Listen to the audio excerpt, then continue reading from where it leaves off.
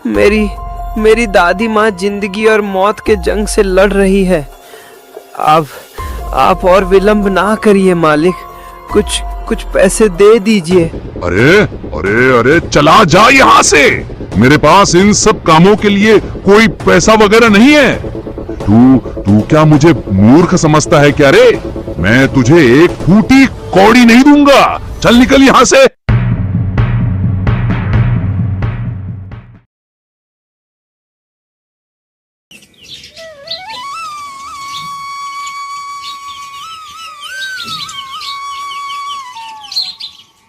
कहानी शुरू होती है एक छोटे से गांव रायपुर से, जहां मिट्टी की सौंधी सौंधी महक और खेतों में पसीना बहाते किसान गांव की असली तस्वीर बनाते हैं।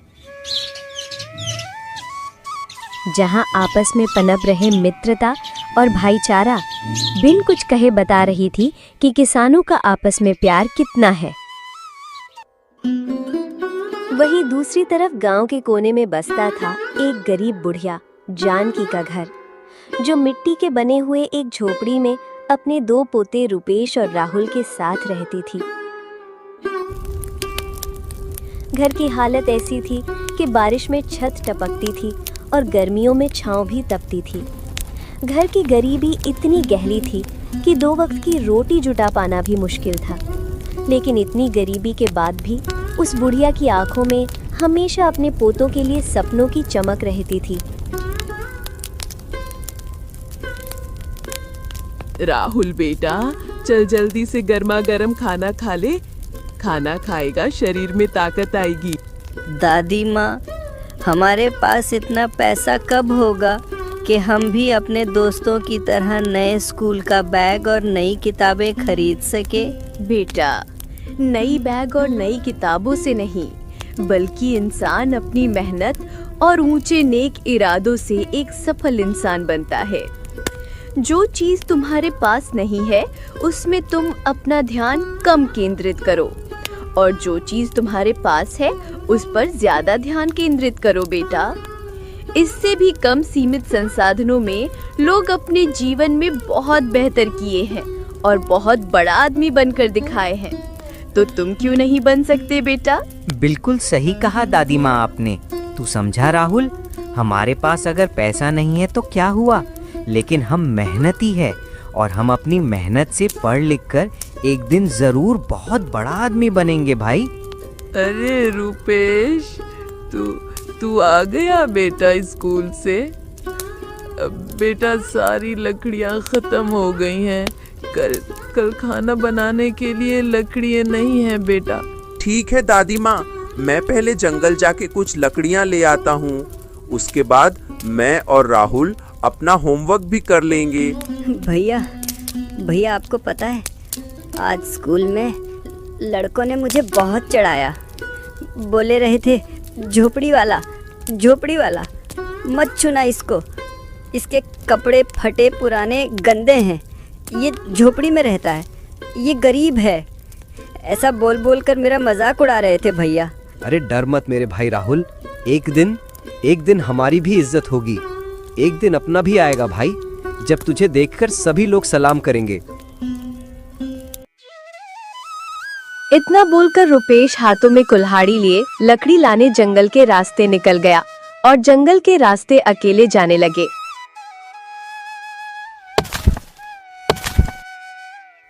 रुपेश का जीवन इतना आसान नहीं था।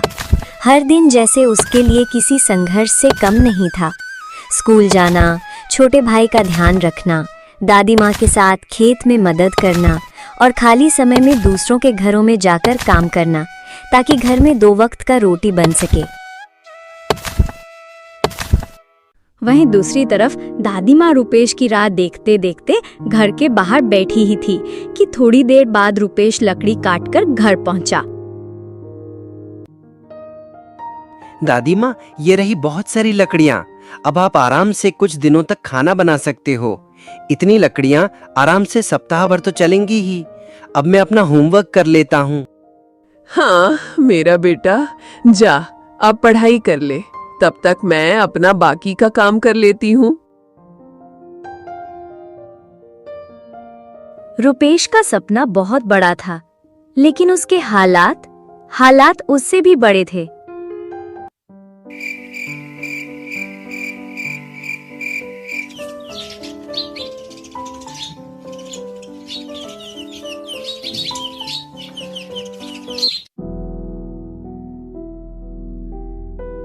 रुपेश, चल आज मेरे साथ खेत में बहुत सारा काम है बेटा। तू अगर साथ चलेगा तो मेरा भी थोड़ा मदद हो जाएगा। मैं अकेली कितना काम करूंगी, मेरा भी कमर अब दुखता है बेटा। हाँ दादी माँ, क्यों नहीं, मैं जरूर आपके साथ चलूंगा। पहले मैं आपकी मदद करूंगा, उसके बाद अपनी पढ़ाई कंप्लीट कर लूंगा। कोई बात नहीं है, चलिए पहले खेत चलिए।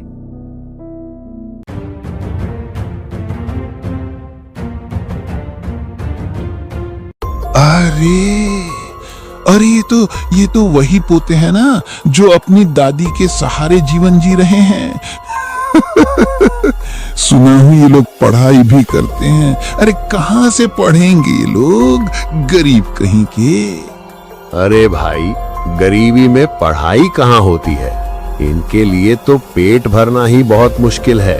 अरे पेट भरेगा तभी तो पढ़ाई करेंगे ये लोग।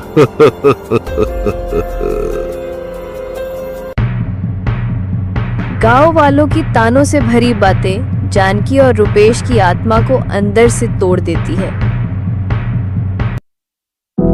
लेकिन हमेशा की तरह दोनों गांव वालों की बात को नजरअंदाज करते हुए खेत की तरफ आगे निकल जाते हैं।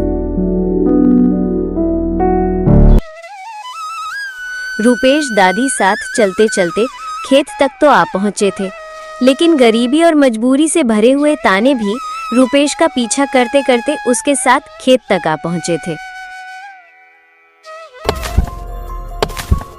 अरे रुपेश, तू तो बहुत अच्छा तरीके से काम करना सीख गया है।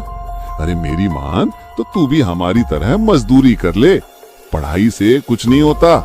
भला पढ़ लिख कर इस गांव में आज तक कोई डॉक्टर, कलेक्टर, इंजीनियर बन पाया है क्या? सब मजदूरी ही करते हैं। तू भी मजदूरी बनेगा। नहीं बिरजू काका, मजदूरी रोटी दे सकती है, लेकिन इज्जत नहीं। और मुझे रोटी और इज्जत दोनों चाहिए। देखना, एक दिन मैं जरूर पढ़ लिख कर एक अच्छा नेक डॉक्टर बनूंगा और गरीबों का इलाज मुफ्त में करूंगा। गरीबों के लिए कोई डॉक्टर नहीं होता, ये बात को मैं एक दिन जरूर गलत साबित करके दिखाऊंगा काका, आप देख लेना। रुपेश की इतनी आत्मविश्वास से भरी हुई मुंह तोड़ जवाब को सुनते ही बिरजू के चेहरे का रंग ही बदल गया था।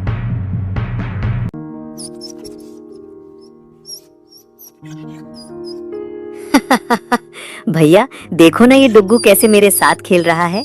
ये कितना प्यारा और वफादार है ना भैया। हाँ भाई राहुल, डुग्गू हमारा सबसे अच्छा दोस्त है। हमारी तरह हमारे साथ ये भी कई रातें भूखा रहकर सो जाता है, लेकिन फिर भी हमें कभी अकेला छोड़कर नहीं जाता भाई।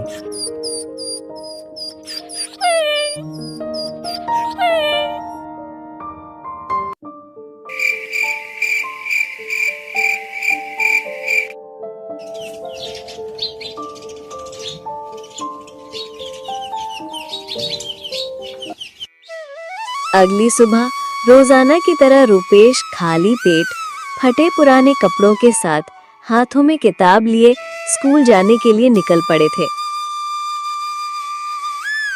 गरीबी और मजबूरी के ऊपर दोस्तों के बीच रुपेश का मजाक बनना जैसे रोजाना का काम हो गया था, और हमेशा की तरह आज भी रुपेश को देखते ही उसके दोस्त बोलने लगे।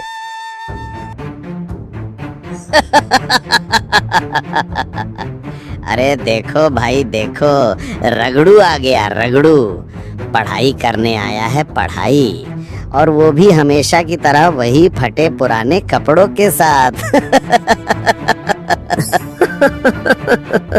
अरे ऐसा मत बोल भाई, ये तो डॉक्टर बनेगा, डॉक्टर, और वो भी सरकारी डॉक्टर भाई, सरकारी डॉक्टर। अरे सरकारी डॉक्टर नहीं बल्कि झोपड़ी वाले डॉक्टर कहो भाई।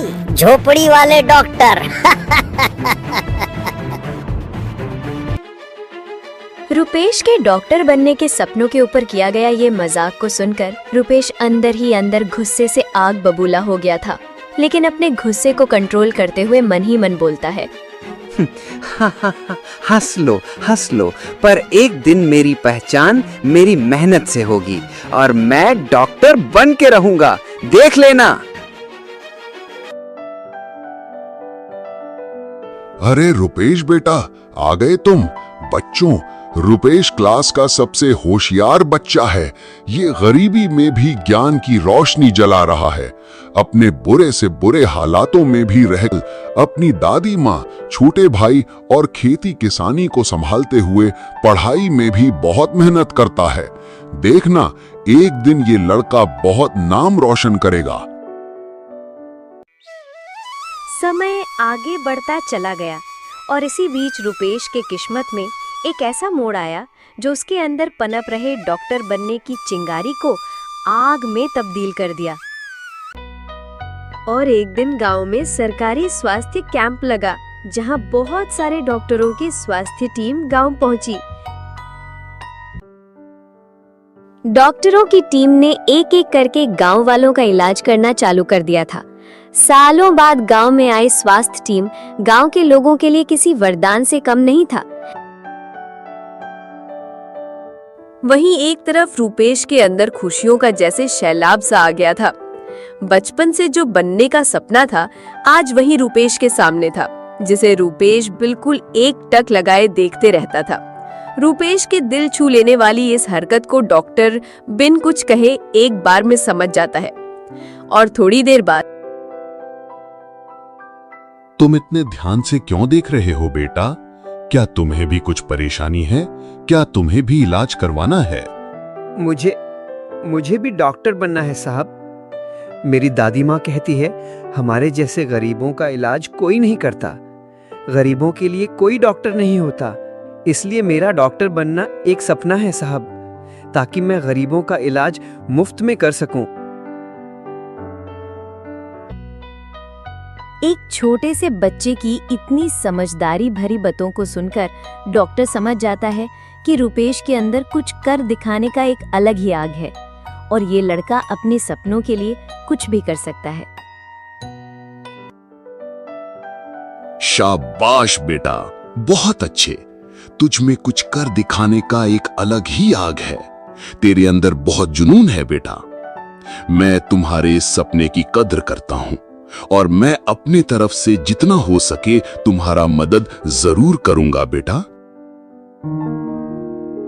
रुपेश से बातें करके उसकी सारी पारिवारिक परेशानी को समझने के बाद डॉक्टर रुपेश के साथ टीचर से मिलने स्कूल पहुंचने के लिए निकल गए थे। स्कूल पहुंचते ही डॉक्टर ने रुपेश के घर की स्थिति को देखते हुए प्रिंसिपल से बात की और रुपेश की स्कूल फीस माफ करवा दी।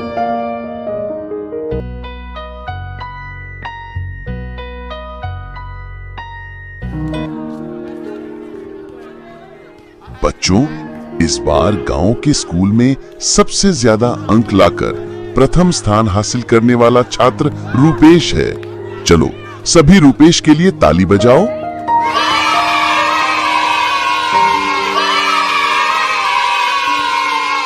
रुपेश बेटा, मुझे तुझ पर बहुत गर्व है।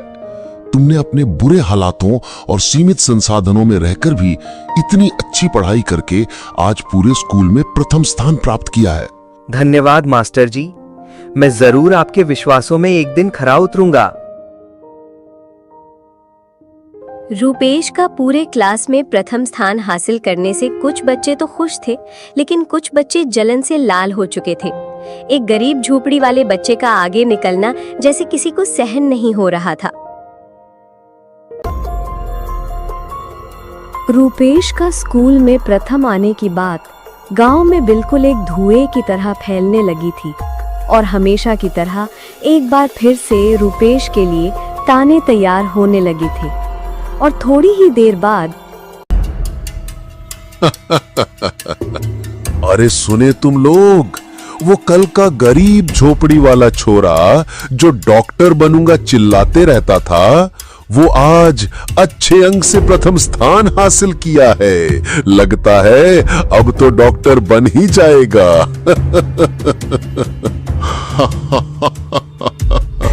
लेकिन भाई, अपने कक्षा में प्रथम आने मात्र से थोड़ी ही कुछ होगा। ये लोग तो पेट पालने के लिए मजदूरी करते हैं। अरे क्या खाक डॉक्टर बनेगा। सालों के बाद रूपेश के घर में खुशियां आई हुई थी, लेकिन ये खुशियां ज्यादा देर तक रहने वाली नहीं थी।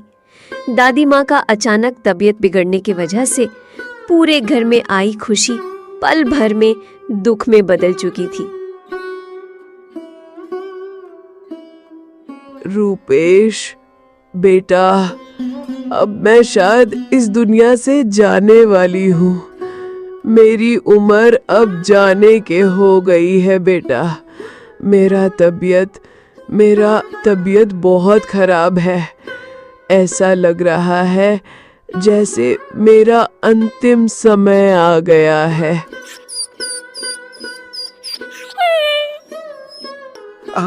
आप ऐसा क्यों बोल रहे हो दादी माँ? मैं हूं ना, मैं आपका इलाज कराऊंगा। आपको कुछ नहीं होगा। आप बहुत जल्द ठीक हो जाएंगे। लेकिन भैया, दादी माँ के इलाज के लिए तो पैसा चाहिए ना। बिना पैसों के हम इलाज कैसे कराएंगे? तू परेशान मत हो मेरे भाई। मैं जल्दी से गांव के सेठ जी और अमीरों के पास जाकर मदद मांगूंगा। तू यहीं रहकर दादी माँ को संभाल और मैं जाकर पैसे मांग कर लाता हूँ भाई। दादी माँ के दर्द से भरी आवाज और पीड़ा को सुनते ही रूपेश और डुग्गू के मन में दादी माँ को खोने का डर बसने लगा था और दोनों एक पल की भी देरी ना करते हुए सीधे गांव की तरफ भागने लगे। डर और घबराहट के साथ भागते भागते रूपेश और डुग्गू सेठ के घर आ पहुंचे और सेठ को देखते ही बोले, सेठ जी, मेरी दादी माँ बहुत बीमार है और उसके इलाज के लिए कुछ पैसों की जरूरत है। अगर आप कुछ पैसा दे देते तो मैं अपनी दादी माँ का इलाज करा लेता सेठ जी। अरे अरे अरे अरे, ये रोने धोने का ड्रामा बंद करो। और मैं तुझे किस आधार पर पैसा दूं रे लड़के? क्या है ऐसा तेरे पास जिसको मैं तेरा आधार मानूं? अरे कल अगर तेरी बुढ़िया मर जाए तो इसकी क्या गारंटी है कि तू मेरा पैसा लौटाएगा? इतना बेरहम और निर्दयी मत बनिए सेठ जी। मेरी दादी माँ जिंदगी और मौत के जंग से लड़ रही है। आप और विलंब ना करिए मालिक, कुछ पैसे दे दीजिए। अरे चला जा यहाँ से। मेरे पास इन सब कामों के लिए कोई पैसा वगैरह नहीं है। तू क्या मुझे मूर्ख समझता है क्या रे? मैं तुझे एक फूटी कौड़ी नहीं दूंगा। चल निकल यहाँ से।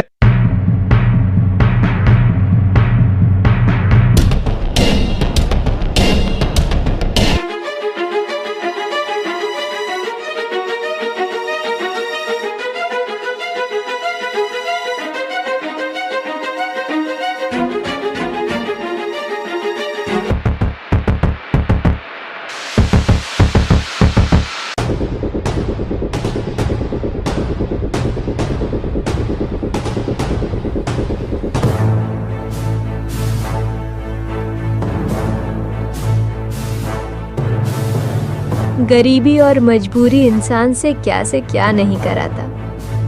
कहते हैं ना कि जब वक्त खराब हो तो गधे को भी बाप बनाना पड़ता है। रूपेश और डुग्गू ने दादी माँ की जान बचाने की मदद के लिए हर दरवाजा को खटखटाया, लेकिन किसी भी दरवाजे से मदद नहीं आई। 1 सेठ, 2 सेठ, 3 सेठ और अंत में रूपेश ने अपनी गरीबी और मजबूरी के चलते चौथा सेठ का भी दरवाजा खटखटाया, लेकिन यहाँ से भी रूपेश और डुग्गू को निराशा ही हाथ लगी। भैया, आप अकेले आए हो? डॉक्टर साहब कहाँ हैं? डॉक्टर साहब आ रहे हैं ना दादी माँ के इलाज के लिए? नहीं भाई, मैंने सभी से मदद मांग कर देख लिया और सभी जगह से मुझे सिर्फ और सिर्फ निराशा ही हाथ लगी है और कोई भी हमारी मदद करने के लिए सामने नहीं आया भाई। क्या? लेकिन भैया भैया दादी माँ की तबीयत तो बिगड़ते जा रही है, अब हम क्या करेंगे? दादी माँ का शरीर भट्टी की तरफ तपने लगा है, देखो तो जरा।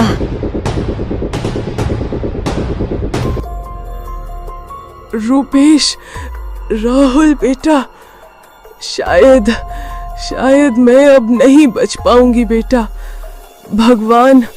भगवान मुझे बुला रहा है, लेकिन एक चीज याद रखना बेटा, गरीबी से कभी मत हारना। पढ़ाई ही तुम्हारा हथियार है। जीवन में सुख और दुख तो आते रहेंगे।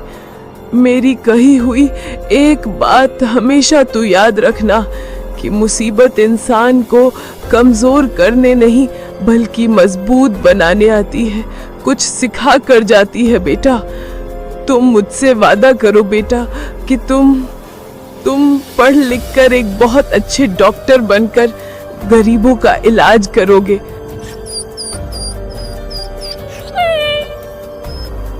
दादी माँ, आप चिंता मत करो दादी माँ। मैं कसम खाता हूँ कि पढ़ लिख कर एक अच्छा डॉक्टर बनूंगा और गांव में अस्पताल खोलूंगा ताकि किसी और गरीब को इलाज के लिए ऐसे तरसना ना पड़े। आप जल्द ही ठीक हो जाओगे दादी माँ। शाबाश बेटा, शाबाश। अपने छोटे भाई का ध्यान रखना रूपेश।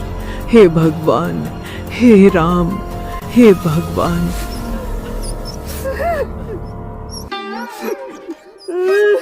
दादी माँ,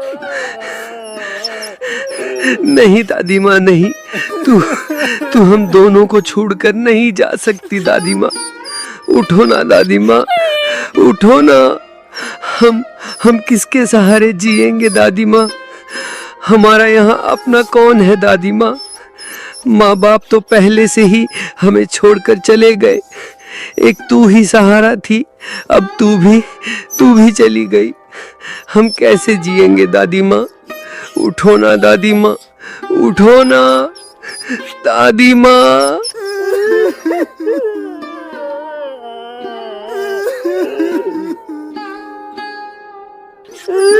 गरीबी में सबसे बड़ी बीमारी है इलाज का ना मिलना, और रुपेश के साथ वही हुआ। दादी माँ को सही इलाज ना मिलने के कारण तबीयत बिगड़ते चली गई और अंततः दादी माँ रुपेश राहुल को छोड़कर स्वर्गवास हो गई।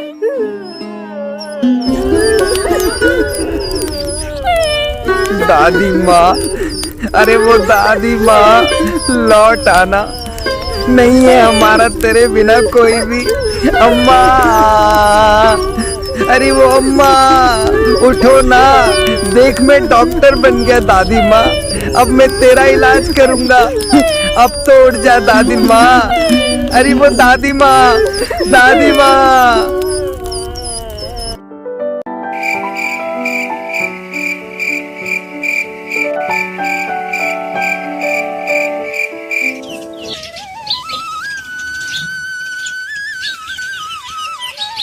समय आगे बीतता चला गया और दादी माँ को गुजरे हुए कुछ दिन हो गए थे।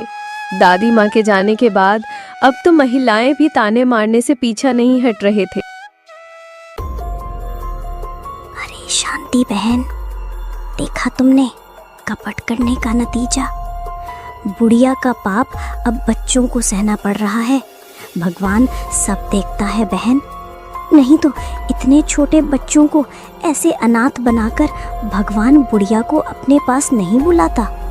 अब ये बच्चे न जाने किसके सहारे जिएंगे। हाँ उर्मिला बहन, सही कहा तुमने। अरे ये तो अब भीख मांग कर ही अपना पेट भरेंगे, पढ़ाई लिखाई इनके बस की बात नहीं है।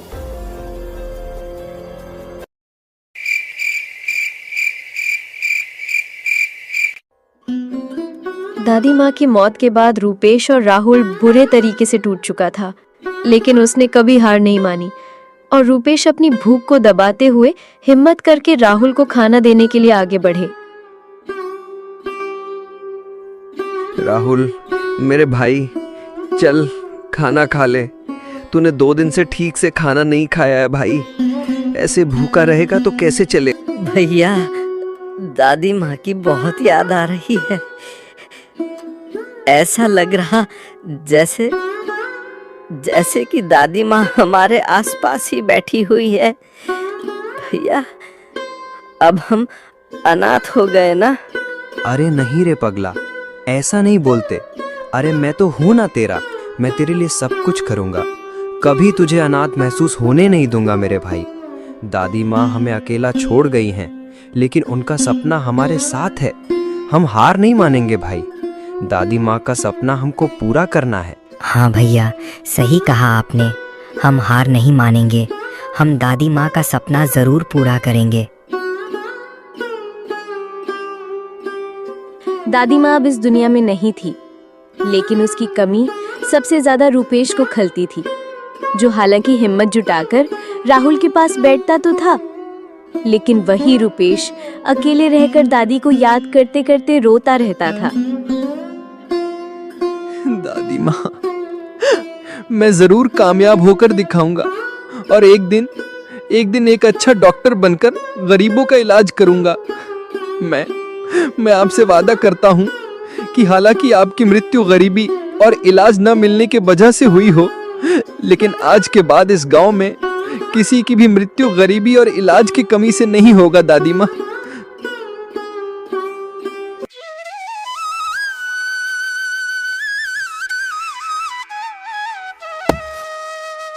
समय आगे बढ़ते चला गया।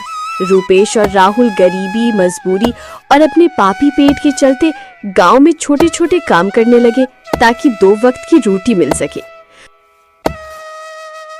वहीं दूसरी तरफ राहुल जानवरों के तबेले में घास देने के काम में लग गया था, जो सच्ची लगन और मेहनत से अपना काम कर रहा था। रुपेश के जीवन में बहुत उतार चढ़ाव आए, लेकिन उन्होंने कभी भी अपने सपनों के साथ समझौता नहीं किया और दादी की कही हुई बात को याद करते हुए काम के साथ साथ पेड़ के नीचे बैठकर अपना पढ़ाई भी जारी रखा। राहुल मेरे भाई, अब मेरा यहाँ तक का पढ़ाई तो पूरा हो गया है। अब मुझे आगे की पढ़ाई के लिए शहर जाना होगा। वहीं पढ़ाई करके मैं डॉक्टर बन पाऊंगा भाई। लेकिन भैया, हमारे पास इतने पैसे कहाँ हैं जो आप शहर जाकर पढ़ पाओगे? हमारा तो यहीं का पढ़ाई बड़ी मुश्किल से हो रहा है। तू इसकी चिंता मत कर मेरे भाई। मैंने प्रिंसिपल सर से बात किया है, वो मुझे कुछ स्कॉलरशिप की बातें मुझे बताए हैं। स्कॉलरशिप मिलते जाएगा तो पैसों का बंदोबस्त भी हो ही जाएगा भाई।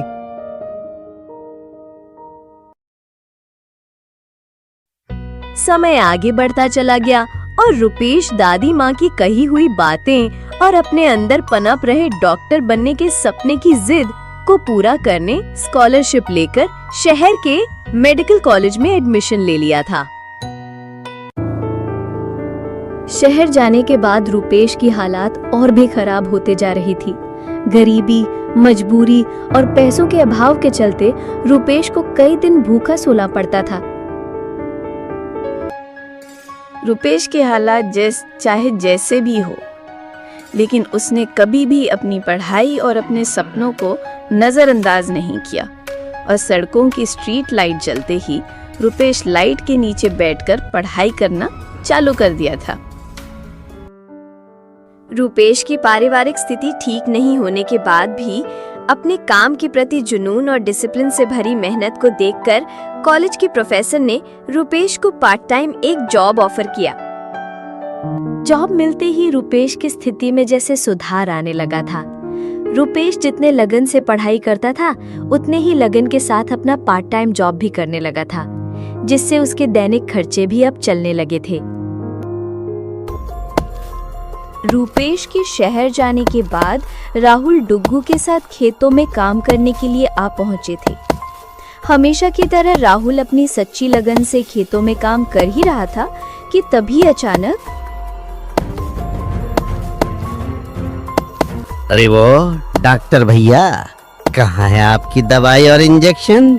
जरा मुझे भी दवाई और इंजेक्शन दे दो भाई, मेरा तबीयत खराब है। कैसे भैया, दोगे ना हमें भी दवाई हैं?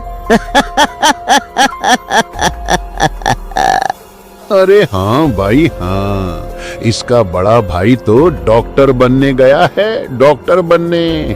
और ये छोटा भाई मजदूरी कर रहा है, वो भी अकेले गांव में। अब आएगा तो डॉक्टर बनकर ही। कैसे?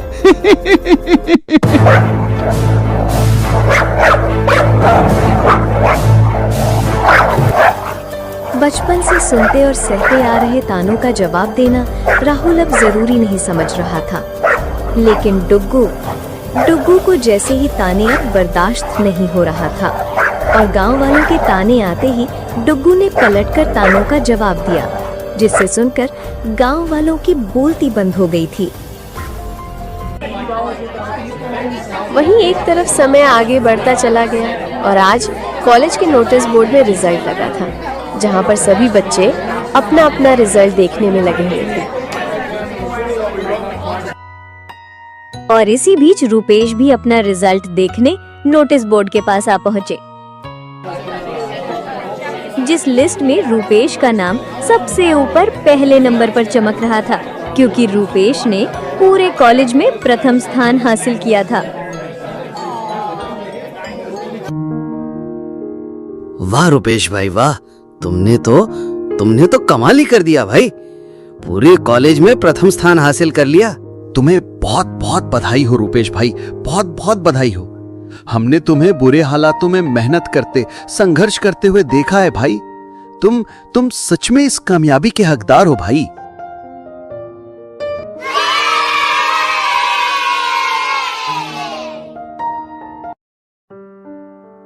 कॉलेज में एक बहुत बड़ा दीक्षांत समारोह का आयोजन किया जा रहा था, जहां पर सभी सिलेक्टेड डॉक्टरों को आज डॉक्टर की गाउन और टोपी से सम्मानित कर डॉक्टर की उपाधि मिलने वाली थी। दोस्तों, आज के इस दीक्षांत समारोह में सबसे होनहार और कठिन संघर्षों के बीच मेहनत करके पूरे कॉलेज में जिन्होंने प्रथम स्थान हासिल किया है, उसका नाम रुपेश है।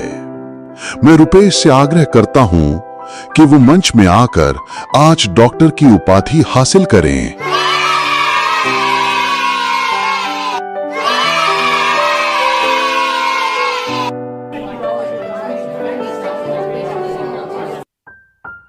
रुपेश आज डॉक्टर बन गया था। उसके पास आज दौलत, शोहरत, इज्जत सब चीज था, लेकिन रुपेश के लिए दुनिया की सारी खुशियां एक तरफ और दादी का नहीं होने का दुख एक तरफ था।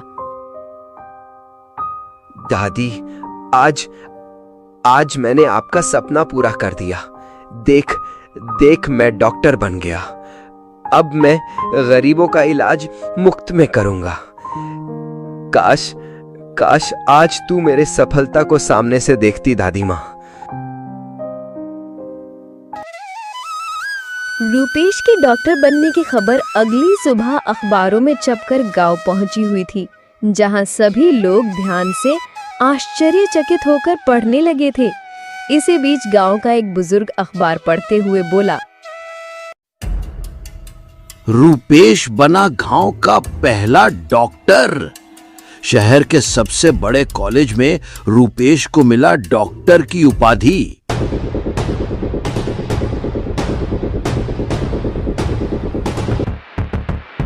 रुपेश के डॉक्टर बनने की बात सुनते ही गांव वालों को बहुत तेज का झटका लगा था। कुछ लोग तो एकदम शांत ही हो गए, वहीं कुछ लोग शर्म से अपनी नजरें झुका लिए थे, जैसे कि अपनी गलती का एहसास होने लगा था।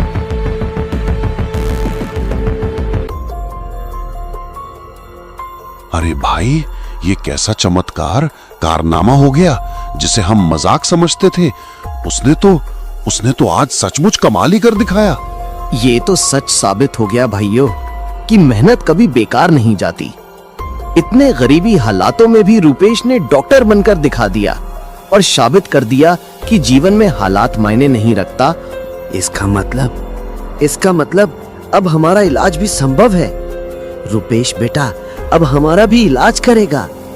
मतलब अब इस गांव में कोई गरीब इलाज की कमी से नहीं मरेगा।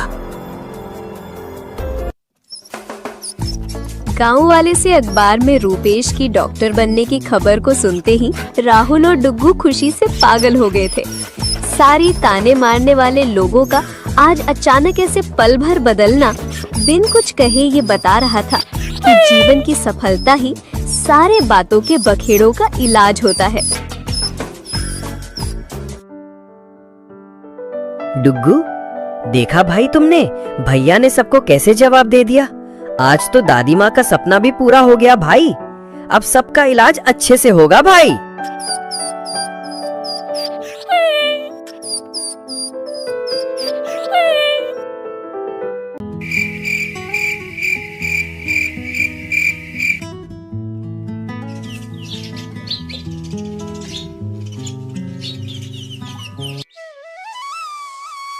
आखिरकार वो खूबसूरत सा लम्हा आ ही गया था जब रूपेश डॉक्टर बनकर गांव लौटा। रूपेश को आता देख गांव वाले एकदम आश्चर्यचकित होकर देखने लगे थे। वहीं ताने मारने वाले कुछ लोग अब रूपेश से आंखें भी नहीं मिला पा रहे थे। अरे अरे, ये तो वही रूपेश है ना। ये तो अब सचमुच एक डॉक्टर बनकर लौटा है। बाप रे, हमने इसे इतने ताने दिए हैं और आज इसने सिर्फ हमें ही नहीं बल्कि पूरे गांव का नाम रोशन कर दिया। हमारे गांव को गर्व करने का मौका दिया है इस रूपेश ने।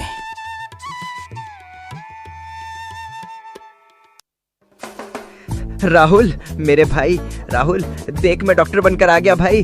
अरे डुग्गू, देख मैं आ गया, मैं घर आ गया भाई। राहुल, भैया भैया भैया, मेरा प्यारा भैया, मेरा भैया डॉक्टर बन गया, मेरा भैया डॉक्टर बन गया। भैया, डॉक्टर बनकर आज आपने दादी का सपना पूरा कर दिखाया। दादी माँ आज जहाँ भी होगी वो बहुत खुश होगी भैया। हाँ भाई राहुल, अब गांव में कोई भी गरीब इलाज की कमी से नहीं मरेगा। हम जल्द ही गांव में एक हॉस्पिटल खोलेंगे जहां सबका इलाज फ्री में होगा भाई।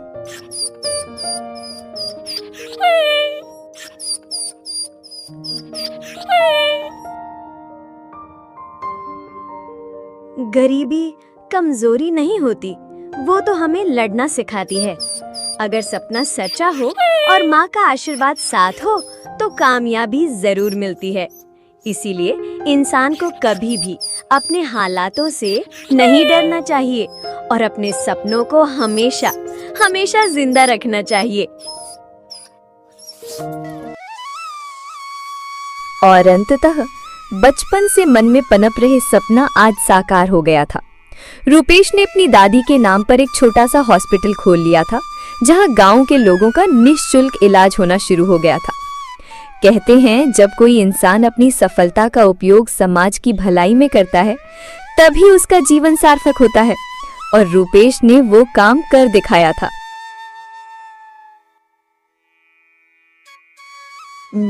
बेटा,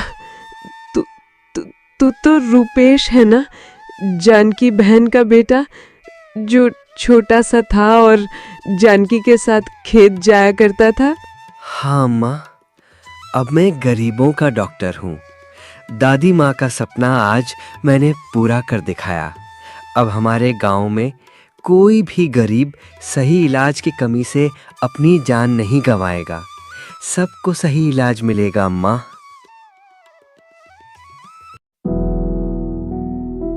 दादी माँ, आपने कहा था ना कि पढ़ाई हमारा हथियार है।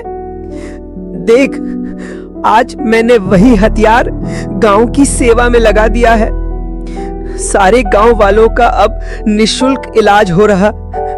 तेरा सपना आज पूरा हो गया दादी माँ। दादी माँ, अब लोग हमें ताने नहीं देते बल्कि आपका और भैया का नाम लेते हैं। भैया के डॉक्टर बनते ही सबके जुबान अब बंद हो गई है और सभी आपके इस सपने का सम्मान कर रहे हैं दादी माँ।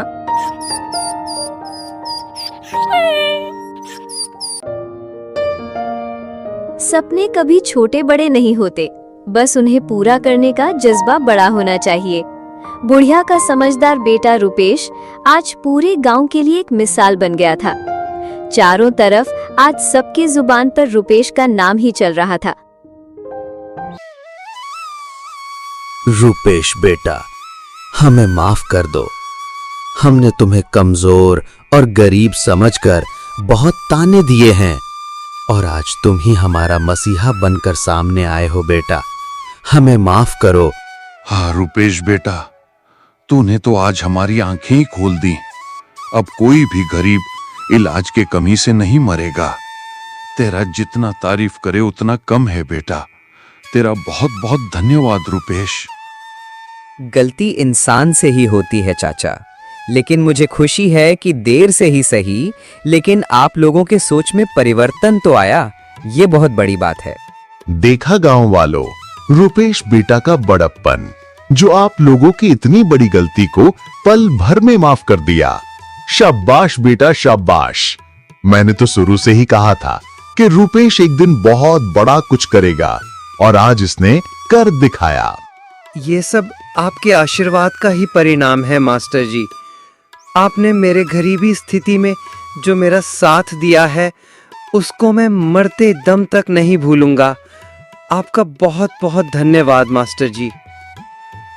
अक्सर ताने देने वाले लोग ये भूल जाते हैं कि किसी की मजबूरी पर हंसने से बेहतर होता है उसके सपने को सहारा देना। रूपेश ने डॉक्टर बनकर न सिर्फ दादी का सपना पूरा किया, बल्कि गांव को भी ये सिखा दिया कि असली अमीरी पैसे में नहीं बल्कि समाज की सेवा करने में है। कहानी हमें सिखाती है कि गरीबी इंसान को झुका सकती है, पर अगर हिम्मत और शिक्षा साथ हो तो वही इंसान समाज को रोशनी दिखा सकता है। दोस्तों, एक गरीब मजबूर लेकिन बुढ़िया के समझदार बेटा की ये कहानी आपको कैसी लगी? आपका पसंद कमेंट में जरूर बताइएगा।